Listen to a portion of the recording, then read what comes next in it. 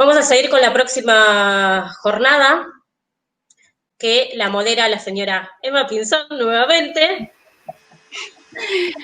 María Mercedes, hola, y del doctor Leandro Ferreira. Hola, ¿cómo están? Buenas, ¿cómo están? ¿Me escuchan bien? Sí, doctor, muy bien. ¿Me escuchamos? Buenas tardes. Buenas tardes, María Mercedes, ¿cómo estás? Muy bien, feliz de oír todas estas charlas tan enriquecedoras. Definitivamente cada día aprende uno nuevas cosas. Nos identificamos con muchas y aprendemos otras. Yo los dejo para que inicien ustedes que sigan la jornada, para que inicien la charla. Besos.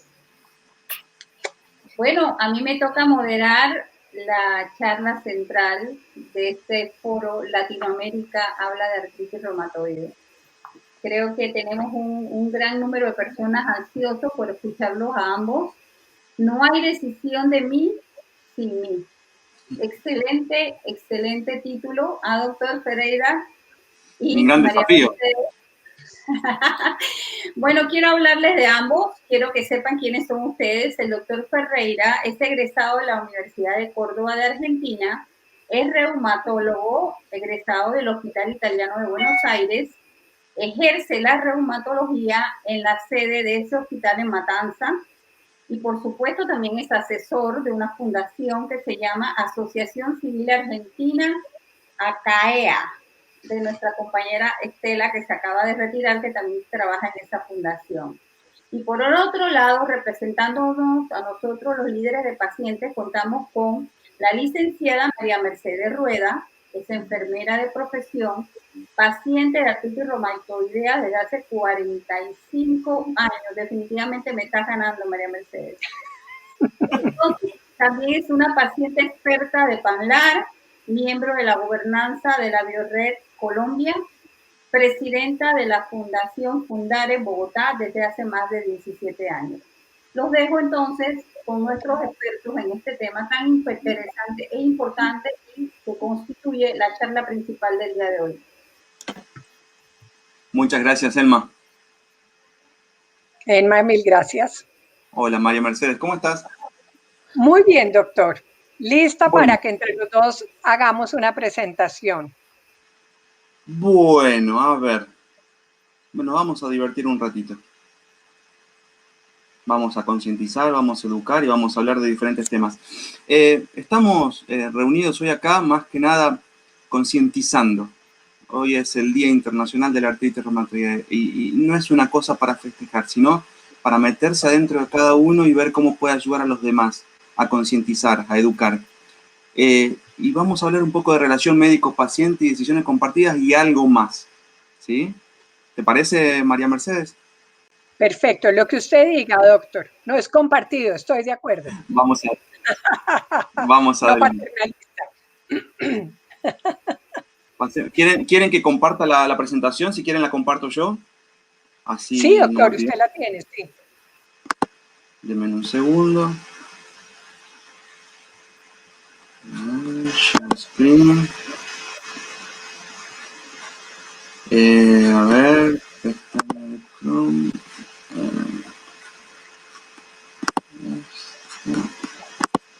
Doctor, no tiene barba, estoy viendo que ya no tiene barba. Es una pequeña sorpresa para todos. ¿Se ve ahí la presentación? No sé si la pueden ver. No, todavía no sale. A ver, un segundo.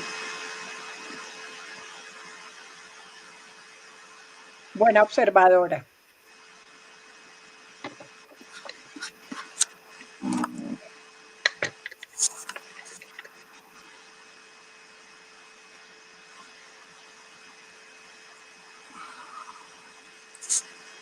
Share screen.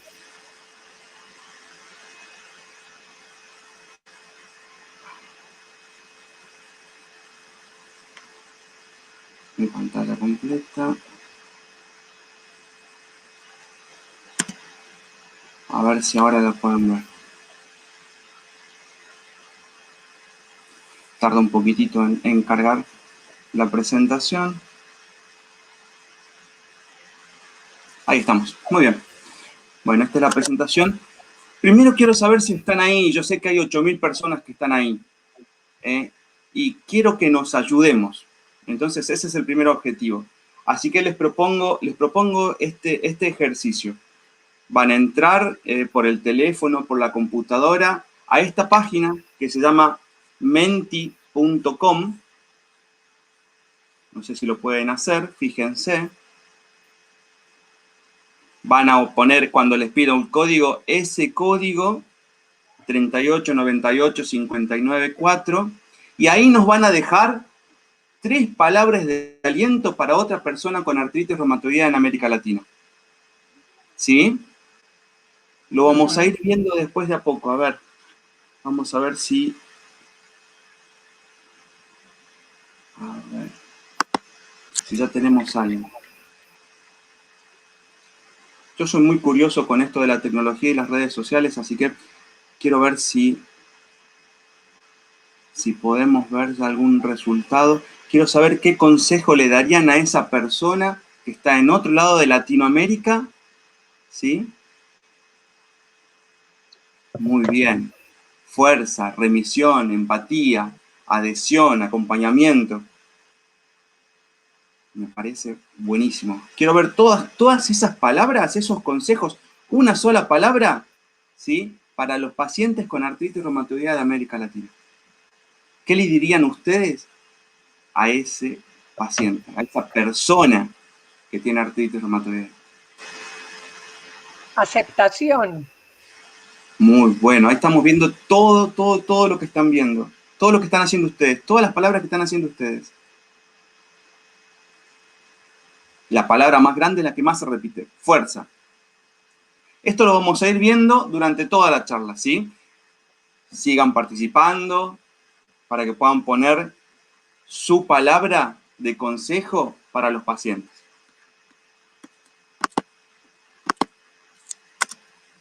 ¿De qué estamos hablando cuando hablamos de relación médico-paciente? Cuando hablamos de relación médico-paciente es una comunicación que tenemos entre el médico y la persona que actúa como paciente. ¿Es así, María Mercedes? Así es, doctor, sí, señor. Es una comunicación de pares. Y hay diferentes tipos de relación médico-paciente. La clásica paternalista, que es cuando el médico toma todas las decisiones. ¿Ustedes creen que esto puede seguir pasando actualmente? ¿Qué decís vos, María Mercedes? Hay casos en los cuales sí pasa, por ejemplo, la primera consulta cuando uno tiene los signos y síntomas y por fin llega al reumatólogo después de haber ensayado por su cuenta lo que le recetan los amigos, va uno al médico general, al internista y por fin llega uno al reumatólogo y uno dice, ay, qué dicha, por fin voy a saber qué es lo que tengo. Entonces, en ese momento estamos totalmente receptivos y vamos hacerle caso al doctor porque nos queremos mejorar. Queremos Exactamente, que sentir alguna Mercedes. Exactamente. Esa relación se da cuando empieza todo, porque no tenemos idea qué nos pasa como pacientes, pero el médico ya está sospechando. Entonces, lo que tenemos que hacer es entregarle toda la confianza al médico para que nos diga un diagnóstico, para que nos vaya orientando. Más o menos es así. La relación paternalista es que el paciente no toma decisiones y todas las decisiones pasan a ser por el médico. Y esto lo podemos ver en las guardias, en las guardias médicas. Por ahí la urgencia, el paciente no puede llegar a tomar decisiones específicas y todo pasa por el médico. También tenemos, como dijo María Mercedes, la que es de guía o cooperativo, donde el paciente es receptor y el médico es el guía, es el que va guiando todo lo que es el tratamiento. Y esto pasa cuando nosotros empezamos a hacer el tratamiento de la artritis o de alguna enfermedad reumática. Es muy común que pase eso.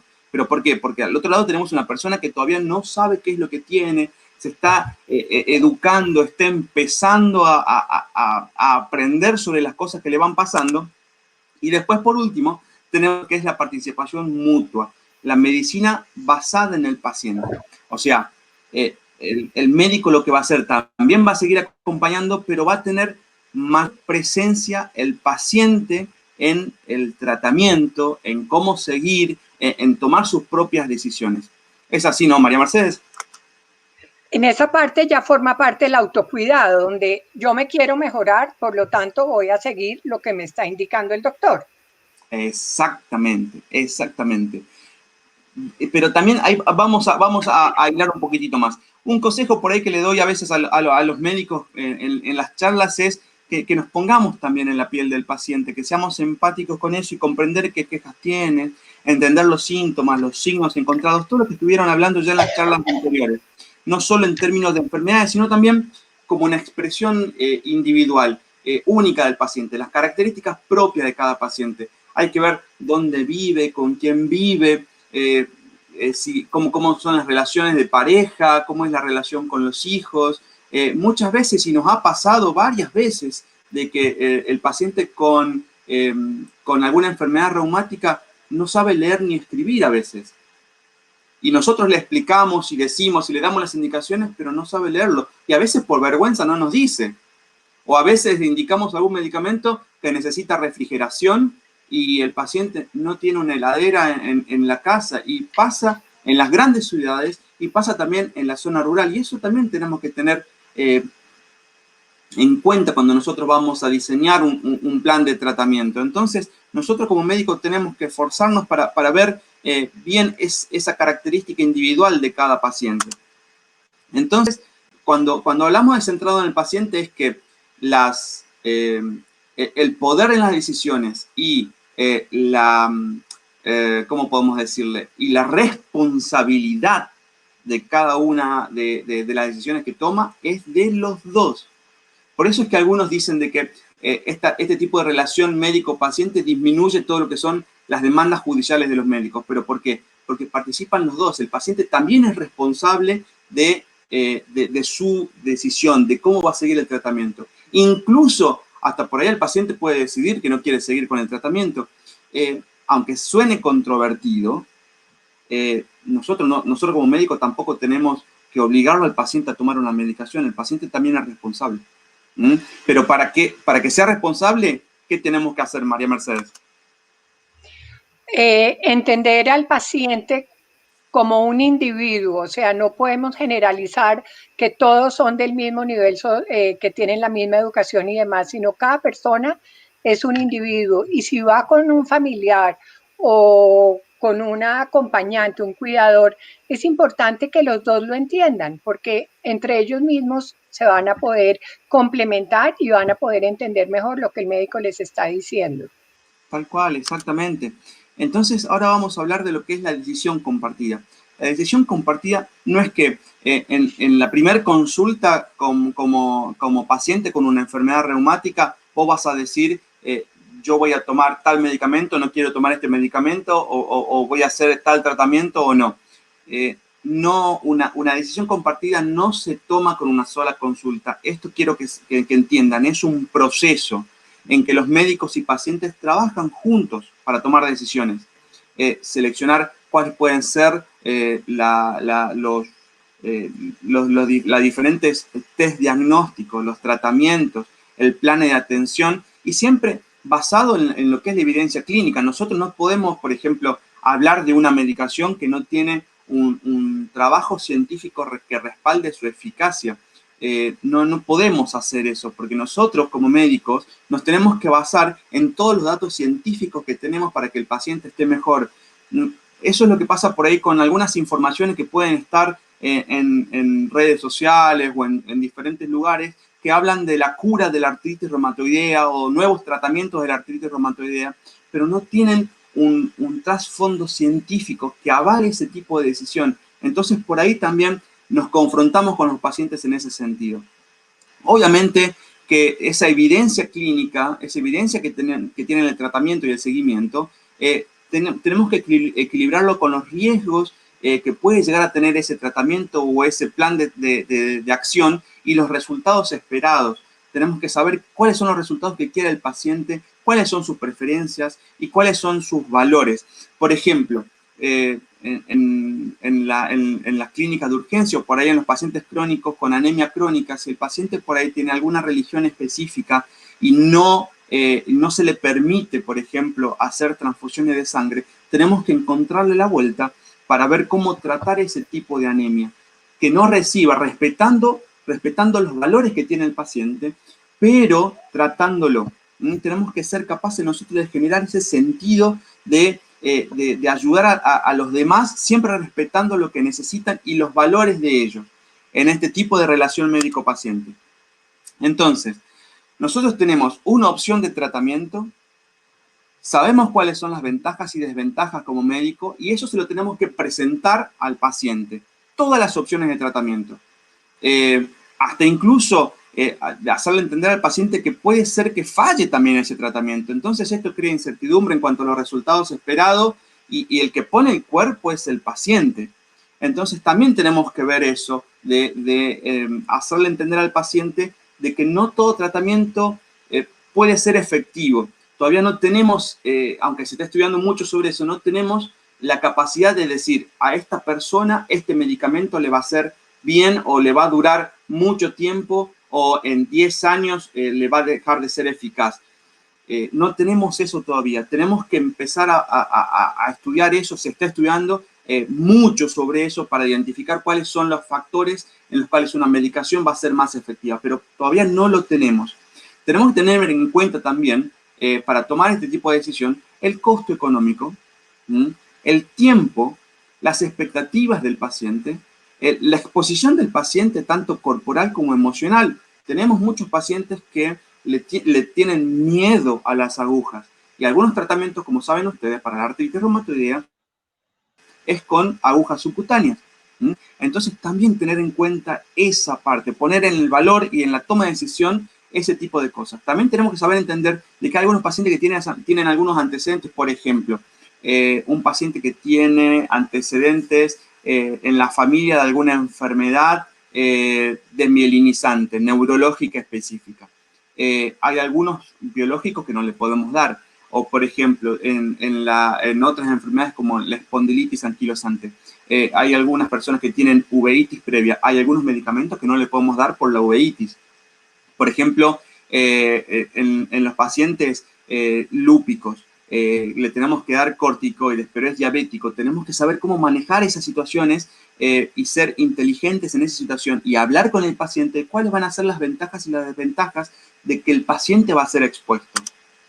Entonces, para tener una decisión óptima, y esto está estudiado, tiene evidencia, y vean ahí, ese es el artículo de donde saqué esto, del 2002, hace mucho, que en un contexto tenemos que tener en cuenta lo que es la preferencia del paciente, la habilidad clínica del médico y la mejor evidencia posible para tomar una buena decisión y una decisión óptima.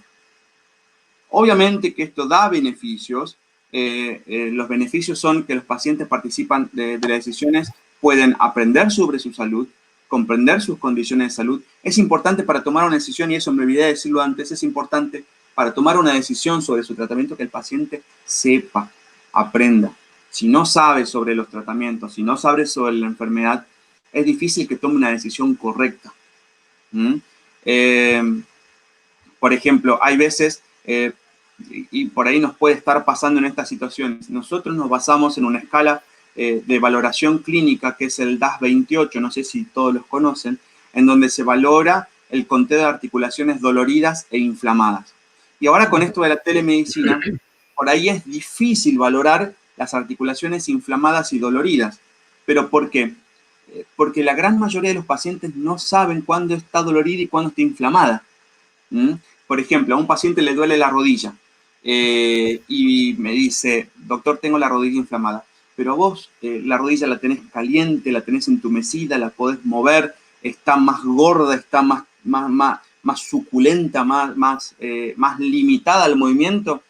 No está más limitada. Entonces es difícil que tenga inflamación. Entonces lo que tenemos que apuntar nosotros es a educar al paciente y que el paciente esté interesado en aprender esas cosas. Porque si no, si el paciente no sabe y nosotros tildamos esa articulación como inflamada, nos va a variar la escala que nosotros consideramos como actividad de la enfermedad y podemos tomar una decisión que no corresponde. Por ejemplo, el cambiar un biológico. Fíjense cómo cada una de estas cosas influye en la toma de decisiones compartidas. También la decisión compartida ayuda a reconocer que es necesario recibir información, como les dije, comprender las ventajas y desventajas de las diferentes opciones. Es importante tener la información y las herramientas necesarias para evaluar las opciones. Uno se siente más, cuando conoce algo, uno se siente más seguro para hablar frente a frente con el médico. Vayan probándolo. Colaboren con el equipo de atención médica, porque también el paciente no es que el tratamiento, si nosotros vamos a mostrar esto, es que todos los médicos estamos alrededor del paciente. Y no tiene que ser así. El paciente tiene que estar también en ese círculo de alrededor y en el medio de la enfermedad. Entonces, todos estamos tratando esa enfermedad en un contexto. El paciente tiene que ser parte de ese equipo de tratamiento. No lo estamos tratando al paciente, sino que él tiene que ser parte también en el equipo de tratamiento. Obviamente que hay muchas dificultades de parte de los médicos que no están acostumbrados a que el paciente esté activo, tome decisiones, o aceptar que el paciente está aprendiendo y a cambiar. Puede haber falta de que el médico no tenga tanta confianza en sí mismo para saber hacerse entender de cómo explicar los riesgos de los procedimientos y las alternativas. Obviamente, uno de los factores importantes es la falta de tiempo en la visita médica, y también tenemos una limitación importante que es más que nada económica, que es la seguridad social y la cobertura en salud, que por ahí no todos los pacientes tienen las facilidades de poder adquirir todas las opciones terapéuticas. De parte del paciente, el acceso deficiente a la información. Nosotros ahora estamos llegando a 8.000 personas, pero seguramente hay muchas más personas con artritis reumatoidea, y esas personas no estamos llegando. Hay que ver la forma de cómo llegar a ellos, y en eso también participan mucho las asociaciones de pacientes. Por ahí, hay muchas veces los pacientes no son seguidos por el mismo especialista, y eso depende de las condiciones laborales de los médicos, y también la seguridad social o la cobertura de salud. Muchas veces, y esto hay que ser realista, hay una mala relación con el profesional de salud, y eso es porque hablamos siempre de que esta relación médico-paciente es una relación. ¿Quién no se enoja con su pareja? ¿Quién no tiene amigos que ha dejado de verlos y se enoja y no le gusta, y por ahí cambia de grupo social o cambia de amigos? También puede pasar con el médico. Y obviamente el tiempo limitado durante la consulta médica para recibir y procesar y discutir la condición es corto. ¿Qué te parece a vos, María Mercedes, de todo lo que estoy hablando?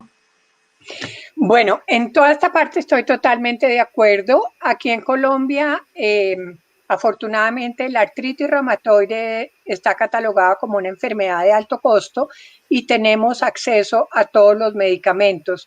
El subsidio es bastante alto, donde la cuota que se paga de las personas que cotizan en salud no es muy alta, es de acuerdo al salario de lo que cotizan, y tenemos régimen subsidiado para las personas que no tienen con qué pagar. Pero ahí tenemos un problema. No todas las empresas prestadoras de salud funcionan, entonces no todos los pacientes tienen acceso. Y sí, desafortunadamente, no todos los pacientes tienen atención con un reumatólogo. Muchas veces es una consulta espejo, donde cada vez le toca a uno un médico diferente.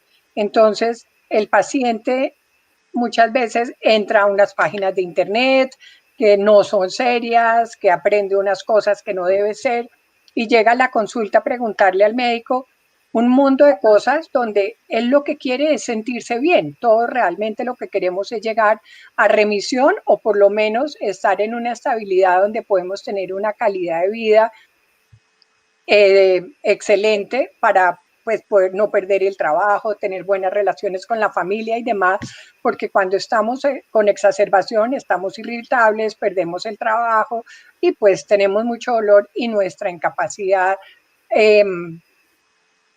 va progresando. Entonces, en esa parte es muy importante que el paciente también esté muy bien informado para saber qué hacer y tener también un poco de paciencia. Hay ciertos medicamentos, principalmente al iniciar, que se pueden demorar hasta 3 meses en que tengamos un resultado. Entonces, mientras tanto, tenemos que tener paciencia y no oír lo que nos están diciendo en la sala de espera el paciente del lado. Mire, es que yo me tomé tal cosa, yo me tomé tal otra, el vecino, todo el mundo, esto es la cura, esto es no sé qué. Entonces, en esa parte debemos tener paciencia y conocer al médico. Realmente tener confianza en que lo que nos van a recetar es lo que debe ser, que es lo que nos sirve. Tal cual, es así. El tema de que también por parte del paciente el tener paciencia al principio es muy difícil. ¿Por qué? Porque uno no está acostumbrado a tener un problema crónico. Uno, por ejemplo, estamos acostumbrados a lo que son las faringitis y esas cosas que 7 días de antibiótico y se va. Está publicado su correo, o sea que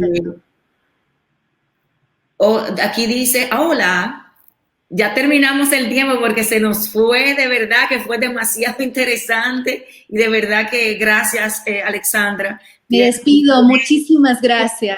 En Dominicana, un sitio que visitar cuando vengas. Hermosa, gracias, sí, gracias, bendiciones a todos. Mi cariño desde acá, gracias. Cuídense, bye bye. Muchas gracias a las dos.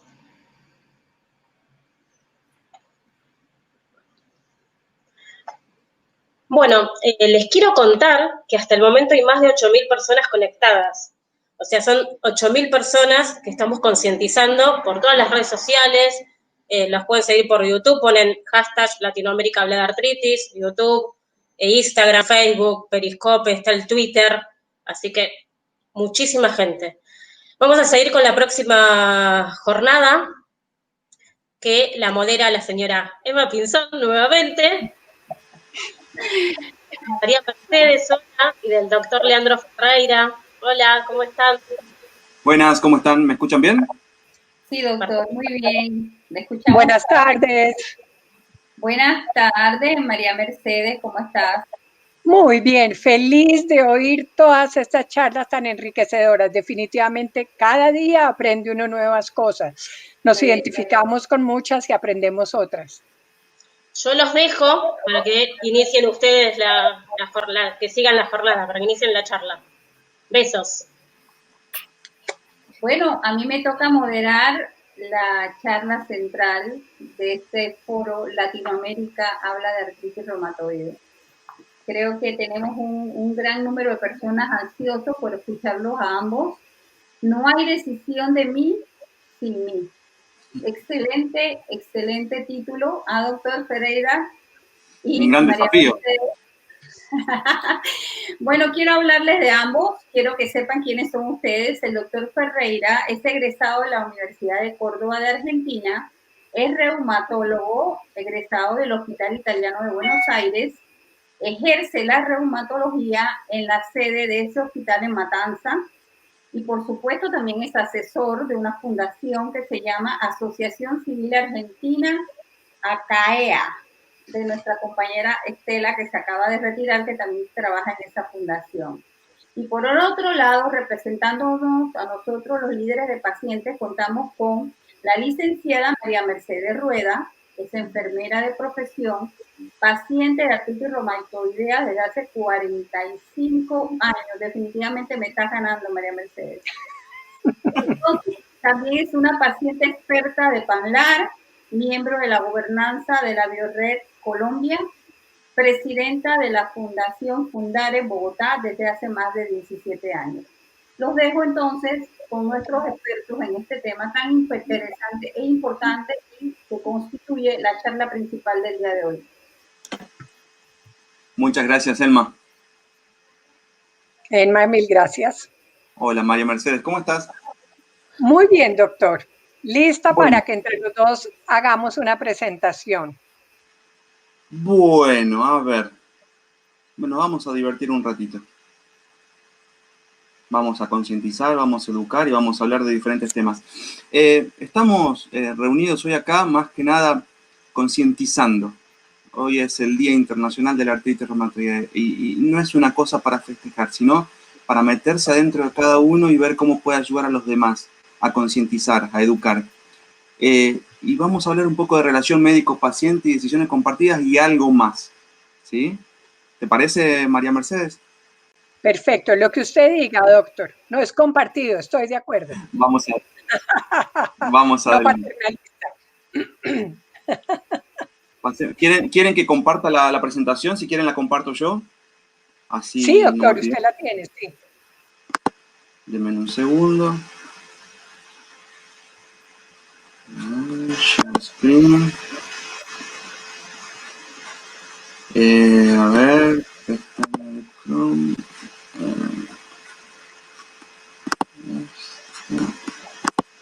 Doctor, no tiene barba. Estoy viendo que ya no tiene barba. Es una pequeña sorpresa para todos. ¿Se ve ahí la presentación? No sé si la pueden ver. No, todavía no sale. A ver, un segundo. Buena observadora.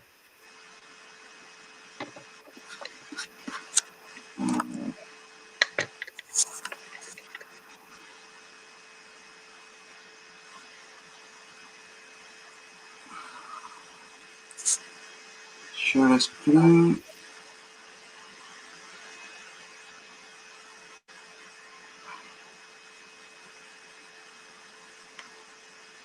Mi pantalla completa. A ver si ahora la pueden ver. Tarda un poquitito en cargar la presentación. Ahí estamos. Muy bien. Bueno, esta es la presentación. Primero quiero saber si están ahí. Yo sé que hay 8.000 personas que están ahí. Y quiero que nos ayudemos. Entonces, ese es el primer objetivo. Así que les propongo este ejercicio. Van a entrar por el teléfono, por la computadora, a esta página que se llama menti.com. No sé si lo pueden hacer, fíjense.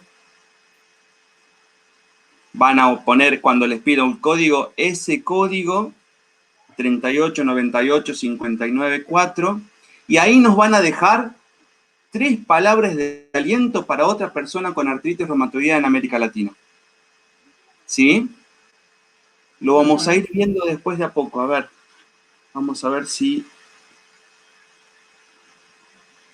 A ver, si ya tenemos algo. Yo soy muy curioso con esto de la tecnología y las redes sociales, así que quiero ver si podemos ver algún resultado. Quiero saber qué consejo le darían a esa persona que está en otro lado de Latinoamérica. ¿Sí? Muy bien. Fuerza, remisión, empatía, adhesión, acompañamiento. Me parece buenísimo. Quiero ver todas esas palabras, esos consejos, una sola palabra, ¿sí? Para los pacientes con artritis reumatoidea de América Latina. ¿Qué le dirían ustedes a ese paciente, a esa persona que tiene artritis reumatoidea? Aceptación.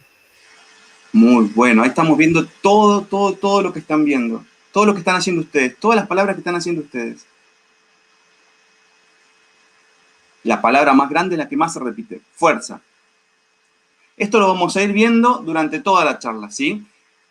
Sigan participando para que puedan poner su palabra de consejo para los pacientes.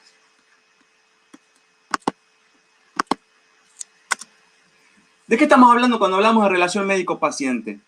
Cuando hablamos de relación médico-paciente es una comunicación que tenemos entre el médico y la persona que actúa como paciente. ¿Es así, María Mercedes? Así es, doctor. Sí, señor. Es una comunicación de pares. Y hay diferentes tipos de relación médico-paciente. La clásica paternalista, que es cuando el médico toma todas las decisiones. ¿Ustedes creen que esto puede seguir pasando actualmente? ¿Qué decís vos, María Mercedes?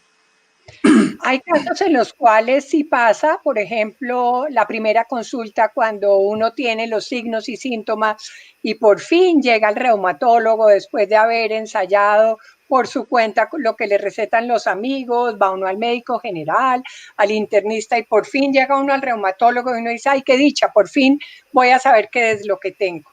Entonces, en ese momento estamos totalmente receptivos y vamos hacerle caso al doctor porque nos queremos mejorar. Queremos Exactamente. Esa relación se da cuando empieza todo, porque no tenemos idea qué nos pasa como pacientes, pero el médico ya está sospechando. Entonces, lo que tenemos que hacer es entregarle toda la confianza al médico para que nos diga un diagnóstico, para que nos vaya orientando. Más o menos es así. La relación paternalista es que el paciente no toma decisiones y todas las decisiones pasan a ser por el médico. Y esto lo podemos ver en las guardias, en las guardias médicas. Por ahí la urgencia, el paciente no puede llegar a tomar decisiones específicas y todo pasa por el médico. También tenemos, como dijo María Mercedes, la que es de guía o cooperativo, donde el paciente es receptor y el médico es el guía, es el que va guiando todo lo que es el tratamiento. Y esto pasa cuando nosotros empezamos a hacer el tratamiento de la artritis o de alguna enfermedad reumática. Es muy común que pase eso. ¿Pero por qué? Porque al otro lado tenemos una persona que todavía no sabe qué es lo que tiene, se está educando, está empezando a aprender sobre las cosas que le van pasando. Y después, por último, tenemos lo que es la participación mutua, la medicina basada en el paciente. O sea, el médico lo que va a hacer también va a seguir acompañando, pero va a tener más presencia el paciente en el tratamiento, en cómo seguir, en tomar sus propias decisiones. ¿Es así, no, María Mercedes? En esa parte ya forma parte del autocuidado, donde yo me quiero mejorar, por lo tanto voy a seguir lo que me está indicando el doctor. Exactamente, exactamente. Pero también vamos a hilar un poquitito más. Un consejo por ahí que le doy a veces a los médicos en las charlas es que nos pongamos también en la piel del paciente, que seamos empáticos con eso y comprender qué quejas tiene, entender los síntomas, los signos encontrados, todo lo que estuvieron hablando ya en las charlas anteriores. No solo en términos de enfermedades, sino también como una expresión individual, única del paciente, las características propias de cada paciente. Hay que ver dónde vive, con quién vive, cómo son las relaciones de pareja, cómo es la relación con los hijos. Muchas veces, y nos ha pasado varias veces, de que el paciente con alguna enfermedad reumática no sabe leer ni escribir a veces. Y nosotros le explicamos y decimos y le damos las indicaciones, pero no sabe leerlo. Y a veces por vergüenza no nos dice. O a veces le indicamos algún medicamento que necesita refrigeración y el paciente no tiene una heladera en la casa. Y pasa en las grandes ciudades y pasa también en la zona rural. Y eso también tenemos que tener en cuenta cuando nosotros vamos a diseñar un plan de tratamiento. Entonces, nosotros como médicos tenemos que esforzarnos para ver bien esa característica individual de cada paciente. Entonces, cuando hablamos de centrado en el paciente es que el poder en las decisiones y ¿cómo podemos decirle? Y la responsabilidad de cada una de las decisiones que toma es de los dos. Por eso es que algunos dicen de que este tipo de relación médico-paciente disminuye todo lo que son las demandas judiciales de los médicos. ¿Pero por qué? Porque participan los dos. El paciente también es responsable de su decisión, de cómo va a seguir el tratamiento. Incluso, hasta por ahí el paciente puede decidir que no quiere seguir con el tratamiento. Aunque suene controvertido, nosotros como médicos tampoco tenemos que obligarlo al paciente a tomar una medicación. El paciente también es responsable. Pero para que sea responsable, ¿qué tenemos que hacer, María Mercedes? Entender al paciente como un individuo, o sea, no podemos generalizar que todos son del mismo nivel, que tienen la misma educación y demás, sino cada persona es un individuo. Y si va con un familiar o con una acompañante, un cuidador, es importante que los dos lo entiendan, porque entre ellos mismos se van a poder complementar y van a poder entender mejor lo que el médico les está diciendo. Tal cual, exactamente. Entonces, ahora vamos a hablar de lo que es la decisión compartida.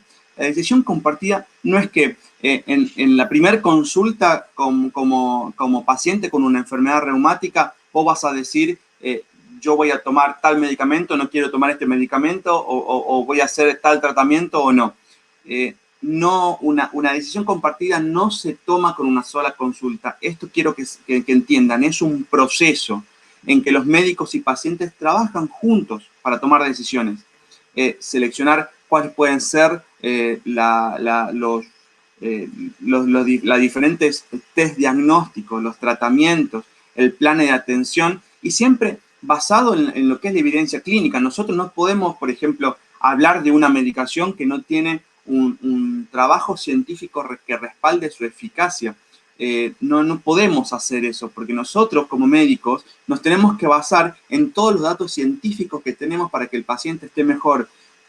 Eso es lo que pasa por ahí con algunas informaciones que pueden estar en redes sociales o en diferentes lugares que hablan de la cura de la artritis reumatoidea o nuevos tratamientos de la artritis reumatoidea, pero no tienen un trasfondo científico que avale ese tipo de decisión. Entonces, por ahí también nos confrontamos con los pacientes en ese sentido. Obviamente que esa evidencia clínica, esa evidencia que tienen el tratamiento y el seguimiento, tenemos que equilibrarlo con los riesgos que puede llegar a tener ese tratamiento o ese plan de acción y los resultados esperados. Tenemos que saber cuáles son los resultados que quiere el paciente, cuáles son sus preferencias y cuáles son sus valores. Por ejemplo, en las clínicas de urgencia o por ahí en los pacientes crónicos con anemia crónica, si el paciente por ahí tiene alguna religión específica y no se le permite, por ejemplo, hacer transfusiones de sangre, tenemos que encontrarle la vuelta para ver cómo tratar ese tipo de anemia, que no reciba, respetando los valores que tiene el paciente, pero tratándolo. Tenemos que ser capaces nosotros de generar ese sentido de ayudar a los demás, siempre respetando lo que necesitan y los valores de ellos, en este tipo de relación médico-paciente. Entonces, nosotros tenemos una opción de tratamiento, sabemos cuáles son las ventajas y desventajas como médico y eso se lo tenemos que presentar al paciente. Todas las opciones de tratamiento. Hasta incluso hacerle entender al paciente que puede ser que falle también ese tratamiento. Entonces esto crea incertidumbre en cuanto a los resultados esperados y el que pone el cuerpo es el paciente. Entonces también tenemos que ver eso, de hacerle entender al paciente de que no todo tratamiento puede ser efectivo. Todavía no tenemos, aunque se está estudiando mucho sobre eso, no tenemos la capacidad de decir a esta persona este medicamento le va a hacer bien o le va a durar mucho tiempo o en 10 años le va a dejar de ser eficaz. No tenemos eso todavía. Tenemos que empezar a estudiar eso. Se está estudiando mucho sobre eso para identificar cuáles son los factores en los cuales una medicación va a ser más efectiva, pero todavía no lo tenemos. Tenemos que tener en cuenta también, para tomar este tipo de decisión, el costo económico, el tiempo, las expectativas del paciente, la exposición del paciente tanto corporal como emocional. Tenemos muchos pacientes que le tienen miedo a las agujas y algunos tratamientos, como saben ustedes, para la artritis reumatoidea es con agujas subcutáneas. Entonces también tener en cuenta esa parte, poner en el valor y en la toma de decisión ese tipo de cosas. También tenemos que saber entender de que hay algunos pacientes que tienen algunos antecedentes, por ejemplo, un paciente que tiene antecedentes en la familia de alguna enfermedad desmielinizante, neurológica específica. Hay algunos biológicos que no le podemos dar, o por ejemplo, en otras enfermedades como la espondilitis anquilosante, hay algunas personas que tienen uveitis previa, hay algunos medicamentos que no le podemos dar por la uveitis. Por ejemplo, en los pacientes lúpicos, le tenemos que dar corticoides, pero es diabético. Tenemos que saber cómo manejar esas situaciones y ser inteligentes en esa situación y hablar con el paciente de cuáles van a ser las ventajas y las desventajas de que el paciente va a ser expuesto. Entonces, para tener una decisión óptima, y esto está estudiado, tiene evidencia, y vean ahí, ese es el artículo de donde saqué esto, del 2002, hace mucho, que en un contexto tenemos que tener en cuenta lo que es la preferencia del paciente, la habilidad clínica del médico y la mejor evidencia posible para tomar una buena decisión y una decisión óptima. Obviamente que esto da beneficios. Los beneficios son que los pacientes participan de las decisiones, pueden aprender sobre su salud, comprender sus condiciones de salud. Es importante para tomar una decisión, y eso me olvidé de decirlo antes, es importante para tomar una decisión sobre su tratamiento que el paciente sepa, aprenda. Si no sabe sobre los tratamientos, si no sabe sobre la enfermedad, es difícil que tome una decisión correcta. Por ejemplo, hay veces, y por ahí nos puede estar pasando en estas situaciones, nosotros nos basamos en una escala de valoración clínica, que es el DAS-28, no sé si todos los conocen, en donde se valora el conteo de articulaciones doloridas e inflamadas. Y ahora con esto de la telemedicina, por ahí es difícil valorar las articulaciones inflamadas y doloridas. ¿Pero por qué? Porque la gran mayoría de los pacientes no saben cuándo está dolorida y cuándo está inflamada. Por ejemplo, a un paciente le duele la rodilla y me dice, doctor, tengo la rodilla inflamada. Pero vos la rodilla la tenés caliente, la tenés entumecida, la podés mover, está más gorda, está más suculenta, más limitada al movimiento.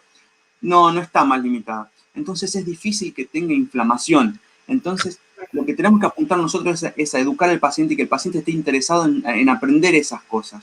Porque si no, si el paciente no sabe y nosotros tildamos esa articulación como inflamada, nos va a variar la escala que nosotros consideramos como actividad de la enfermedad y podemos tomar una decisión que no corresponde. Por ejemplo, el cambiar un biológico. Fíjense cómo cada una de estas cosas influye en la toma de decisiones compartidas. También la decisión compartida ayuda a reconocer que es necesario recibir información, como les dije, comprender las ventajas y desventajas de las diferentes opciones. Es importante tener la información y las herramientas necesarias para evaluar las opciones. Uno se siente más, cuando conoce algo, uno se siente más seguro para hablar frente a frente con el médico. Vayan probándolo. Colaboren con el equipo de atención médica, porque también el paciente no es que el tratamiento, si nosotros vamos a mostrar esto, es que aprende uno nuevas cosas.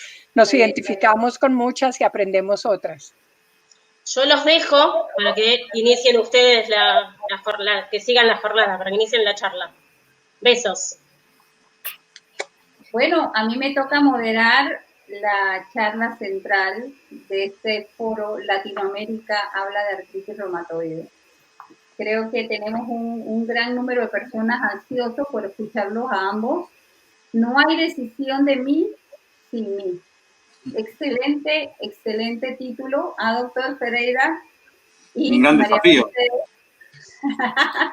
Bueno, quiero hablarles de ambos, quiero que sepan quiénes son ustedes. El doctor Ferreira es egresado de la Universidad de Córdoba de Argentina, es reumatólogo, egresado del Hospital Italiano de Buenos Aires, ejerce la reumatología en la sede de ese hospital en Matanza y por supuesto también es asesor de una fundación que se llama Asociación Civil Argentina, ACAEA, de nuestra compañera Estela, que se acaba de retirar, que también trabaja en esa fundación.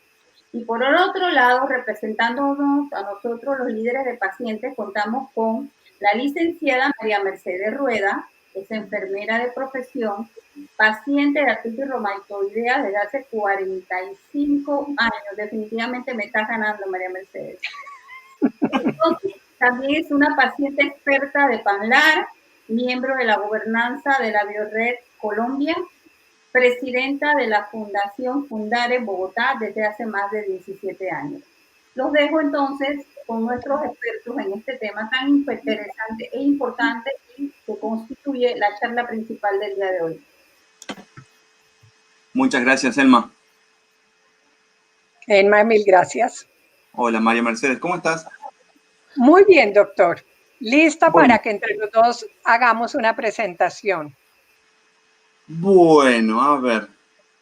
Bueno, vamos a divertir un ratito. Vamos a concientizar, vamos a educar y vamos a hablar de diferentes temas. Estamos reunidos hoy acá, más que nada, concientizando. Hoy es el Día Internacional de la Artritis Reumatoide y no es una cosa para festejar, sino para meterse adentro de cada uno y ver cómo puede ayudar a los demás a concientizar, a educar. Y vamos a hablar un poco de relación médico-paciente y decisiones compartidas y algo más. ¿Sí? ¿Te parece, María Mercedes? Perfecto, lo que usted diga, doctor. No es compartido, estoy de acuerdo. Vamos a no ¿Quieren que comparta la presentación? Si quieren la comparto yo. Así sí, doctor, usted la tiene, sí. Denme un segundo. Screen. A ver, pestaña de Chrome.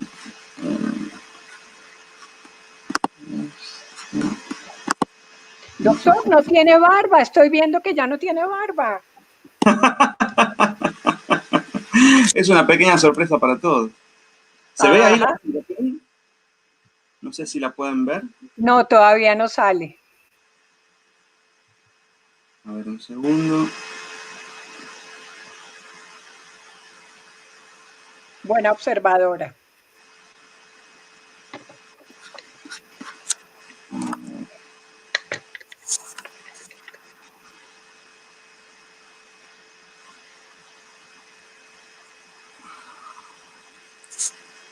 Share screen.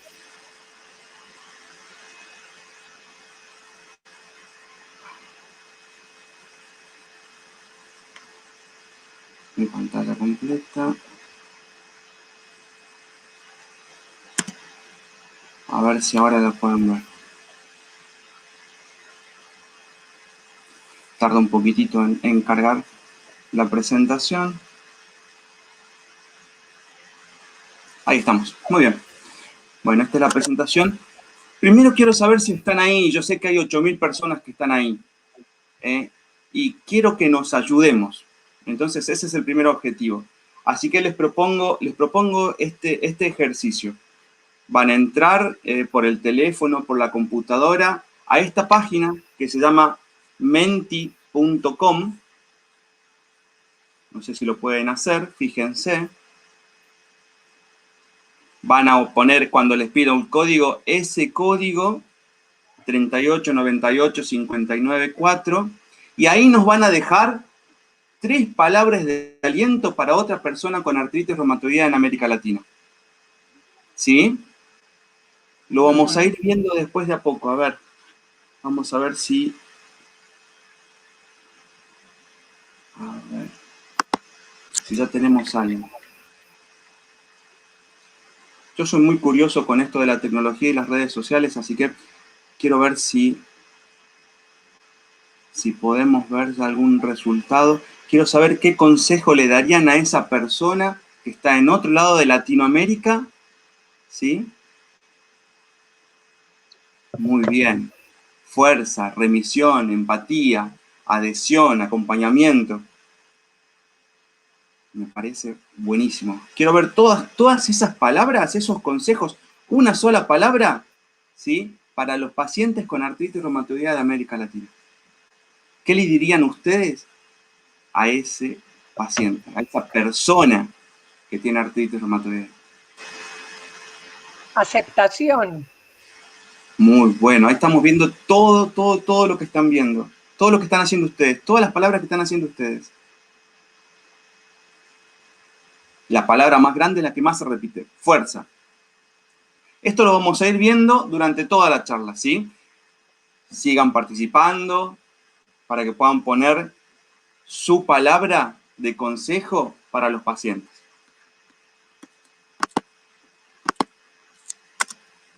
¿De qué estamos hablando cuando hablamos de relación médico-paciente? Cuando hablamos de relación médico-paciente es una comunicación que tenemos entre el médico y la persona que actúa como paciente. ¿Es así, María Mercedes? Así es, doctor. Sí, señor. Es una comunicación de pares. Y hay diferentes tipos de relación médico-paciente. La clásica paternalista, que es cuando el médico toma todas las decisiones. ¿Ustedes creen que esto puede seguir pasando actualmente? ¿Qué decís vos, María Mercedes? Hay casos en los cuales sí pasa, por ejemplo, la primera consulta cuando uno tiene los signos y síntomas y por fin llega al reumatólogo después de haber ensayado por su cuenta lo que le recetan los amigos, va uno al médico general, al internista y por fin llega uno al reumatólogo y uno dice, ay, qué dicha, por fin voy a saber qué es lo que tengo. Entonces, en ese momento estamos totalmente receptivos y vamos hacerle caso al doctor porque nos queremos mejorar. Queremos Exactamente. que sentir alguna mejoría. Exactamente. Esa relación se da cuando empieza todo, porque no tenemos idea qué nos pasa como pacientes, pero el médico ya está sospechando. Entonces, lo que tenemos que hacer es entregarle toda la confianza al médico para que nos diga un diagnóstico, para que nos vaya orientando. Más o menos es así. La relación paternalista es que el paciente no toma decisiones y todas las decisiones pasan a ser por el médico. Y esto lo podemos ver en las guardias, en las guardias médicas. Por ahí la urgencia, el paciente no puede llegar a tomar decisiones específicas y todo pasa por el médico.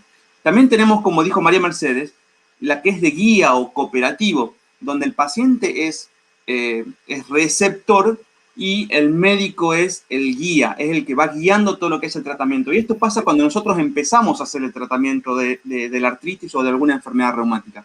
Es muy común que pase eso. ¿Pero por qué? Porque al otro lado tenemos una persona que todavía no sabe qué es lo que tiene, se está educando, está empezando a aprender sobre las cosas que le van pasando. Y después, por último, tenemos lo que es la participación mutua, la medicina basada en el paciente.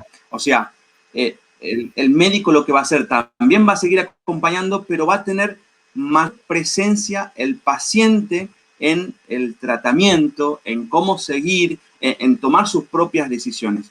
¿Es así, no, María Mercedes? En esa parte ya forma parte del autocuidado, donde yo me quiero mejorar, por lo tanto voy a seguir lo que me está indicando el doctor. Exactamente, exactamente. Pero también vamos a hilar un poquitito más. Un consejo por ahí que le doy a veces a los médicos en las charlas es que nos pongamos también en la piel del paciente, que seamos empáticos con eso y comprender qué quejas tienen, entender los síntomas, los signos encontrados, todo lo que estuvieron hablando ya en las charlas anteriores. No solo en términos de enfermedades, sino también como una expresión individual, única del paciente, las características propias de cada paciente. Hay que ver dónde vive, con quién vive, cómo son las relaciones de pareja, cómo es la relación con los hijos.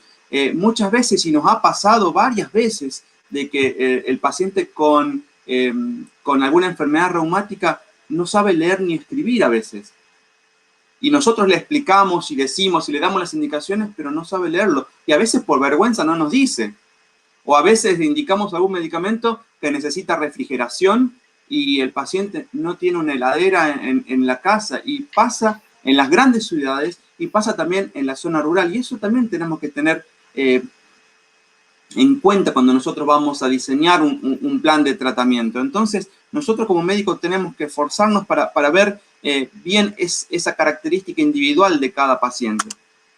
Entonces, cuando hablamos de centrado en el paciente es que el poder en las decisiones y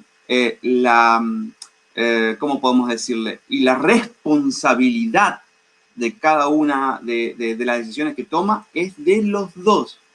Por eso es que algunos dicen de que este tipo de relación médico-paciente disminuye todo lo que son las demandas judiciales de los médicos. ¿Pero por qué? Porque participan los dos. El paciente también es responsable de su decisión, de cómo va a seguir el tratamiento. Incluso, hasta por ahí el paciente puede decidir que no quiere seguir con el tratamiento. Aunque suene controvertido, nosotros como médicos tampoco tenemos que obligarlo al paciente a tomar una medicación. El paciente también es responsable. Pero para que sea responsable, ¿qué tenemos que hacer, María Mercedes?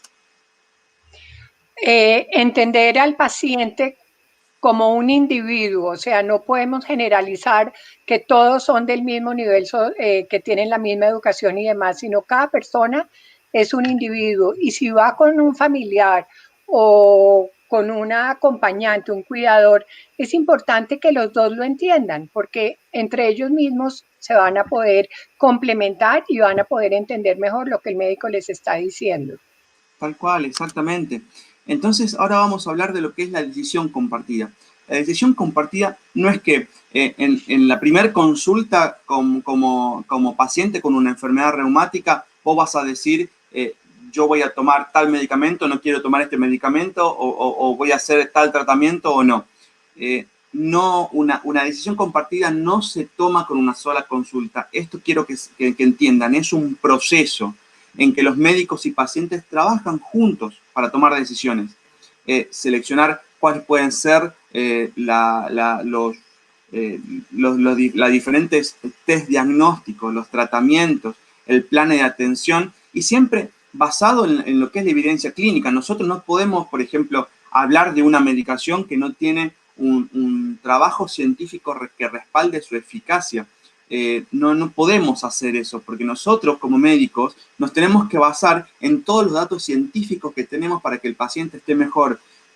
Eso es lo que pasa por ahí con algunas informaciones que pueden estar en redes sociales o en diferentes lugares que hablan de la cura de la artritis reumatoidea o nuevos tratamientos de la artritis reumatoidea, pero no tienen un trasfondo científico que avale ese tipo de decisión. Entonces, por ahí también nos confrontamos con los pacientes en ese sentido. Obviamente que esa evidencia clínica, esa evidencia que tienen el tratamiento y el seguimiento, tenemos que equilibrarlo con los riesgos que puede llegar a tener ese tratamiento o ese plan de acción y los resultados esperados. Tenemos que saber cuáles son los resultados que quiere el paciente, cuáles son sus preferencias y cuáles son sus valores. Por ejemplo, en las clínicas de urgencia o por ahí en los pacientes crónicos con anemia crónica, si el paciente por ahí tiene alguna religión específica y no se le permite, por ejemplo, hacer transfusiones de sangre, tenemos que encontrarle la vuelta para ver cómo tratar ese tipo de anemia, que no reciba, respetando los valores que tiene el paciente, pero tratándolo. Tenemos que ser capaces nosotros de generar ese sentido de ayudar a los demás, siempre respetando lo que necesitan y los valores de ellos en este tipo de relación médico-paciente. Entonces, nosotros tenemos una opción de tratamiento, sabemos cuáles son las ventajas y desventajas como médico y eso se lo tenemos que presentar al paciente. Todas las opciones de tratamiento. Hasta incluso hacerle entender al paciente que puede ser que falle también ese tratamiento. Entonces esto crea incertidumbre en cuanto a los resultados esperados y el que pone el cuerpo es el paciente. Entonces también tenemos que ver eso de hacerle entender al paciente de que no todo tratamiento puede ser efectivo. Todavía no tenemos, aunque se está estudiando mucho sobre eso, no tenemos la capacidad de decir a esta persona este medicamento le va a hacer bien o le va a durar mucho tiempo o en 10 años le va a dejar de ser eficaz. No tenemos eso todavía. Tenemos que empezar a estudiar eso. Se está estudiando mucho sobre eso para identificar cuáles son los factores en los cuales una medicación va a ser más efectiva, pero todavía no lo tenemos. Tenemos que tener en cuenta también, para tomar este tipo de decisión, el costo económico, el tiempo, las expectativas del paciente, la exposición del paciente tanto corporal como emocional. Tenemos muchos pacientes que le tienen miedo a las agujas y algunos tratamientos, como saben ustedes, para la artritis reumatoidea es con agujas subcutáneas. Entonces también tener en cuenta esa parte, poner en el valor y en la toma de decisión ese tipo de cosas. También tenemos que saber entender de que hay algunos pacientes que tienen algunos antecedentes, por ejemplo, un paciente que tiene antecedentes en la familia de alguna enfermedad desmielinizante, neurológica específica. Hay algunos biológicos que no le podemos dar, o por ejemplo, en otras enfermedades como la espondilitis anquilosante, hay algunas personas que tienen uveitis previa, hay algunos medicamentos que no le podemos dar por la uveitis. Por ejemplo, en los pacientes lúpicos, le tenemos que dar corticoides, pero es diabético. Tenemos que saber cómo manejar esas situaciones y ser inteligentes en esa situación y hablar con el paciente cuáles van a ser las ventajas y las desventajas de que el paciente va a ser expuesto. Entonces, para tener una decisión óptima, y esto está estudiado, tiene evidencia, y vean ahí, ese es el artículo de donde saqué esto del 2002, hace mucho, que en un contexto tenemos que tener en cuenta lo que es la preferencia del paciente, la habilidad clínica del médico y la mejor evidencia posible para tomar una buena decisión y una decisión óptima. Obviamente que esto da beneficios. Los beneficios son que los pacientes participan de las decisiones, pueden aprender sobre su salud, comprender sus condiciones de salud. Es importante para tomar una decisión, y eso me olvidé de decirlo antes, es importante para tomar una decisión sobre su tratamiento que el paciente sepa, aprenda. Si no sabe sobre los tratamientos, si no sabe sobre la enfermedad, es difícil que tome una decisión correcta. Por ejemplo, hay veces, y por ahí nos puede estar pasando en estas situaciones, nosotros nos basamos en una escala de valoración clínica, que es el DAS-28, no sé si todos los conocen, en donde se valora el conteo de articulaciones doloridas e inflamadas. Y ahora con esto de la telemedicina, por ahí es difícil valorar las articulaciones inflamadas y doloridas. ¿Pero por qué? Porque la gran mayoría de los pacientes no saben cuándo está dolorida y cuándo está inflamada. Por ejemplo, a un paciente le duele la rodilla y me dice, doctor, tengo la rodilla inflamada. Pero vos la rodilla la tenés caliente, la tenés entumecida, la podés mover, está más gorda, está más suculenta, más limitada al movimiento. No, no está más limitada. Entonces es difícil que tenga inflamación. Entonces lo que tenemos que apuntar nosotros es a educar al paciente y que el paciente esté interesado en aprender esas cosas. Porque si no, si el paciente no sabe y nosotros tildamos esa articulación como inflamada, nos va a variar la escala que nosotros consideramos como actividad de la enfermedad y podemos tomar una decisión que no corresponde. Por ejemplo, el cambiar un biológico. Fíjense cómo cada una de estas cosas influye en la toma de decisiones compartidas. También la decisión compartida ayuda a reconocer que es necesario recibir información, como les dije, comprender las ventajas y desventajas de las diferentes opciones. Es importante tener la información y las herramientas necesarias para evaluar las opciones. Uno se siente más, cuando conoce algo, uno se siente más seguro para hablar frente a frente con el médico. Vayan probándolo.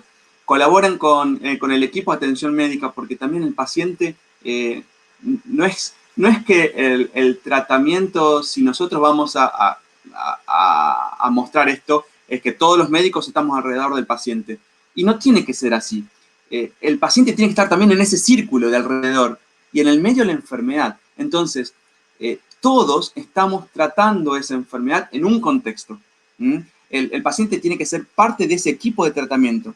No lo estamos tratando al paciente, sino que él tiene que ser parte también en el equipo de tratamiento. Obviamente que hay muchas dificultades de parte de los médicos que no están acostumbrados a que el paciente esté activo, tome decisiones o aceptar que el paciente está aprendiendo y a cambiar. Puede haber falta de que el médico no tenga tanta confianza en sí mismo para saber hacerse entender de cómo explicar los riesgos de los procedimientos y las alternativas.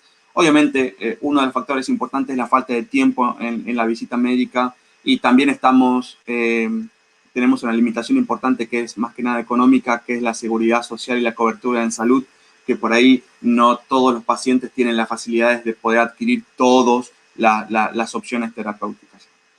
De parte del paciente, el acceso deficiente a la información. Nosotros ahora estamos llegando a 8.000 personas, pero seguramente hay muchas más personas con artritis reumatoidea y a esas personas no estamos llegando, hay que ver la forma de cómo llegar a ellos y en eso también participan mucho las asociaciones de pacientes.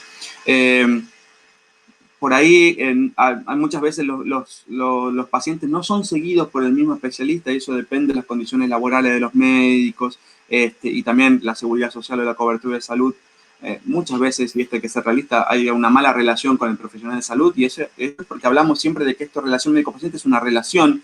¿Quién no se enoja con su pareja? ¿Quién no tiene amigos que ha dejado de verlos y se enoja y no les gusta y por ahí cambia de grupo social o cambia de amigos? También puede pasar con el médico.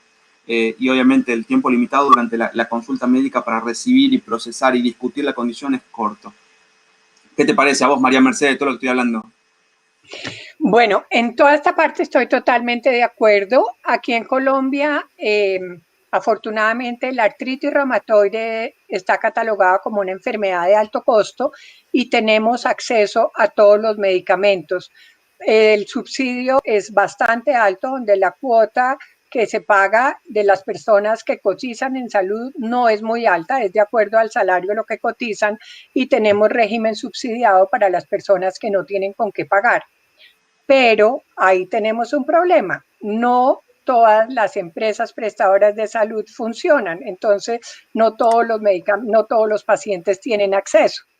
Y sí, desafortunadamente no todos los pacientes tienen atención con un reumatólogo. Muchas veces es una consulta espejo, donde cada vez le toca a uno un médico diferente. Entonces, el paciente muchas veces entra a unas páginas de internet que no son serias, que aprende unas cosas que no debe ser, y llega a la consulta a preguntarle al médico un mundo de cosas donde él lo que quiere es sentirse bien. Todos realmente lo que queremos es llegar a remisión o por lo menos estar en una estabilidad donde podemos tener una calidad de vida excelente para pues poder no perder el trabajo, tener buenas relaciones con la familia y demás, porque cuando estamos con exacerbación estamos irritables, perdemos el trabajo y pues tenemos mucho dolor y nuestra incapacidad